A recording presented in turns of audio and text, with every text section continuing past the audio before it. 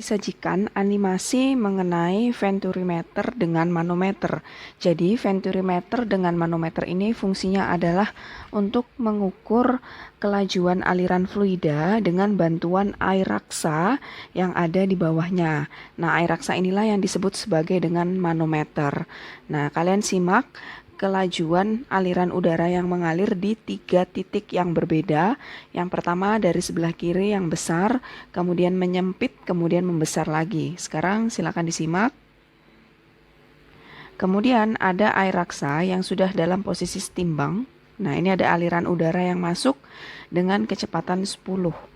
Nah, mulai dari pipa yang besar, maka akan sama dengan pipa yang besar di ujung sebelah kanan. Sedangkan kecepatan aliran udara di yang paling sempit, dia akan lebih kencang. Kalian perhatikan yang terjadi pada raksa. Nah, air raksa ini makin lama akan semakin meninggi, seiring semakin cepatnya aliran udara yang masuk, yaitu 30 meter per second. Nah, semakin berkurang lagi nanti kecepatan aliran udaranya, maka raksa tersebut akan semakin turun. Nah, inilah yang digunakan di dalam manometer pada venturimeter. Jadi air raksanya makin lama akan semakin kembali ke titik setimbang lagi.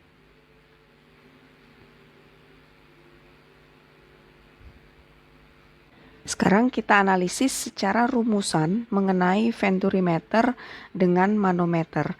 Jadi tadi kita sudah simak untuk animasi venturimeter dengan manometer. Nah, sekarang kita analisis perumusannya menggunakan persamaan fisika. Nah, di sini sudah disajikan gambar venturimeter dengan manometer yang memiliki dua diameter yang berbeda, yaitu A1 diameter yang paling besar dan A2 yang paling sempit. Nah, menghasilkan raksa ini mengalami perubahan ketinggian akibat dari adanya tekanan dari titik pertama P1 yang menekan si raksa ke bawah dan P2 juga yang menekan si raksa ke bawah. Nah, di sini akibat adanya perbedaan tekanan, maka akan menghasilkan perubahan ketinggian atau delta H yang nilainya adalah sebesar H. Nah, kemudian ada kecepatan aliran udara yang mengalir dari kiri ke kanan yaitu sebesar V1 dan hasil yang keluar adalah V2. Oke, ini adalah besaran-besaran fisikanya. Kemudian di sini ada rho aksen atau biasanya kita sebut sebagai massa jenis fluida. Dan di sini yang berlaku adalah si raksa. Maka untuk menentukan rumusan di dalam venturimeter dengan manometer, biasanya yang ditanyakan adalah kita akan menentukan nilai dari kecepatan aliran udara V1 atau luas penampang yang paling besar itu menghasilkan kecepatan aliran udara berapa. Nah, V1-nya berapa dan V2-nya juga berapa. Biasanya yang ditanyakan seperti ini.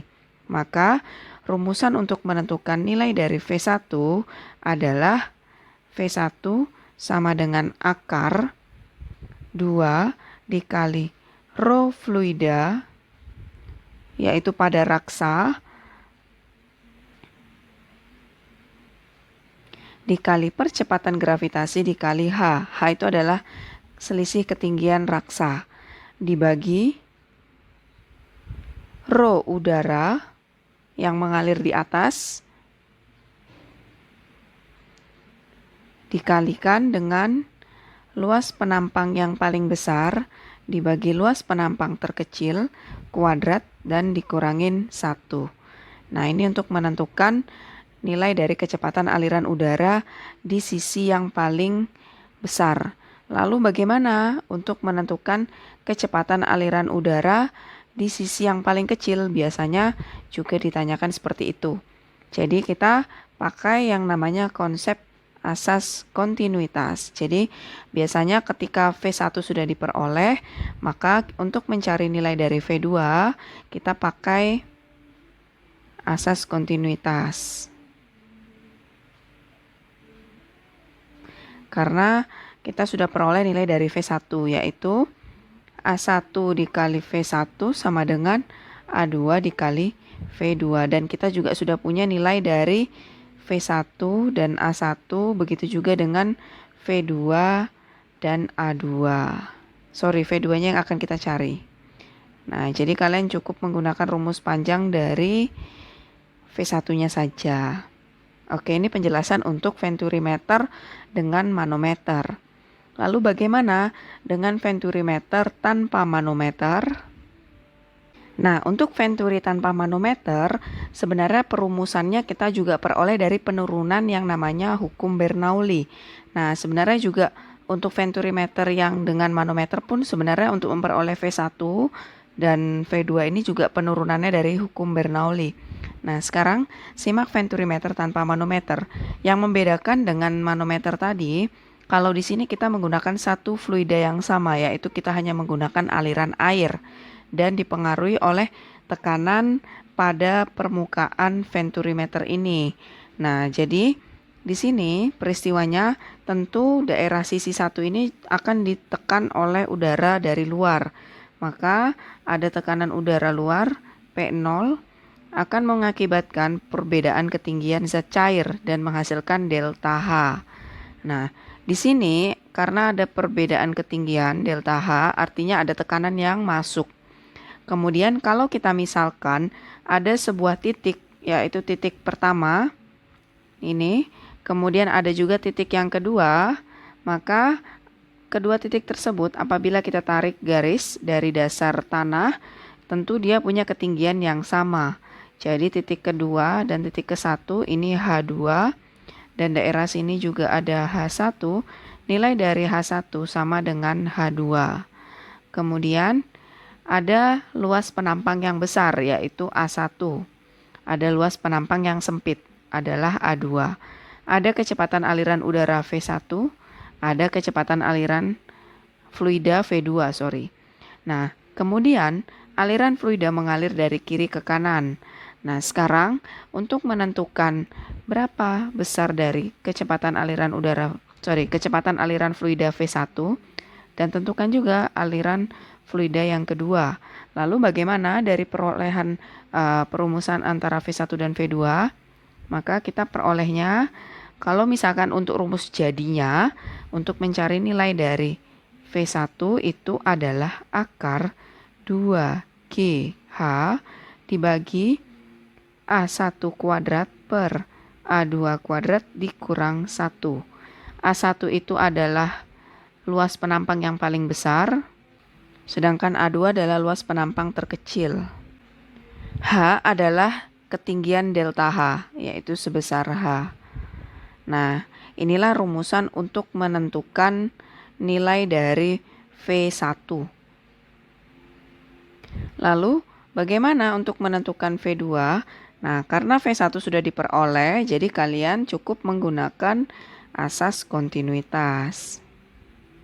Debit itu pasti bernilai sama, maka A1 V1 sama dengan A2 dikali V2. Maka nanti kita akan ketemu nilai dari kecepatan aliran yang kedua, yaitu hasil dari A1 dikali V1 dan sama dengan A2 V2. Oke. Untuk penurunan rumusnya sebenarnya diperoleh dari asas Bernoulli semua. Dari persamaan Bernoulli, P1 ditambah setengah rho V1 kuadrat ditambah rho GH1 sama dengan P2 ditambah setengah rho V2 kuadrat ditambah rho GH2. Nah, karena di sini tidak ada perbedaan ketinggian baik H1 dan H2, karena kita meninjau kedua titik yang ada di dalam fluida, maka ini boleh kita coret selisih ketinggiannya. Akan menyisakan P1 dikurang P2, kita pindah P2-nya ke kiri, sama dengan setengah rho V2 kuadrat dikurangin setengah rho V1 kuadrat. Nah, perbedaan tekanan ini mengakibatkan terjadinya selisih ketinggian delta H, sehingga tekanan ini bisa kita tulis rho fluida G dikali H, karena tekanan itu adalah rho GH. Sehingga akan menghasilkan rumusan dari setengah rho fluida V2 kuadrat dikurangin setengah rho fluida dikali V1 kuadrat. Maka sesama persamaan rho kita coret. Rho fluida menghasilkan GH sama dengan setengah V2 kuadrat dikurangin setengah V1 kuadrat. Maka kalau kita rapikan rumusannya akan menghasilkan setengah V2 kuadrat dikurang V1 kuadrat. GH. 2GH sama dengan V2 kuadrat dikurang V1 kuadrat. Maka ketika kita ingin mencari rumusan dari V1 kuadrat atau V2 kuadrat, maka hasilnya adalah 2GH ditambah V1 kuadrat. Nah, kita bisa pakai ini untuk mencari kecepatan aliran kedua, atau kita kalau mau mencari V1 kuadrat, maka hasilnya adalah V1 kuadrat sama dengan V2 kuadrat dikurang 2GH. Nah, ini kalau kita mau menggunakan penurunan dari hukum Bernoulli. Nah, kemudian kalau menggunakan Bernoulli, kita juga substitusi dengan asas kontinuitas. Yaitu Q1 sama dengan Q2, yaitu A1 V1 A2 V2. Kalau kita mau mencari V1, maka A2 V2 per A1. Tapi kalau kita mau mencari nilai dari V2, maka hasilnya adalah A1 V1 per A2. Nanti ini yang akan disubstitusi ke dalam rumusan Bernoulli tadi. Memang agak panjang hasil penurunannya. Nah, ini nanti disubstitusi kalau kita ingin mencari V2, atau disubstitusi ke sini kalau kita mau mencari nilai dari V1. Nanti diperolehlah rumus ini lagi. Nah, kalian cukup menghafal yang ini saja. V1 sama dengan akar 2GH per A1 kuadrat dibagi A2 kuadrat dikurangin 1.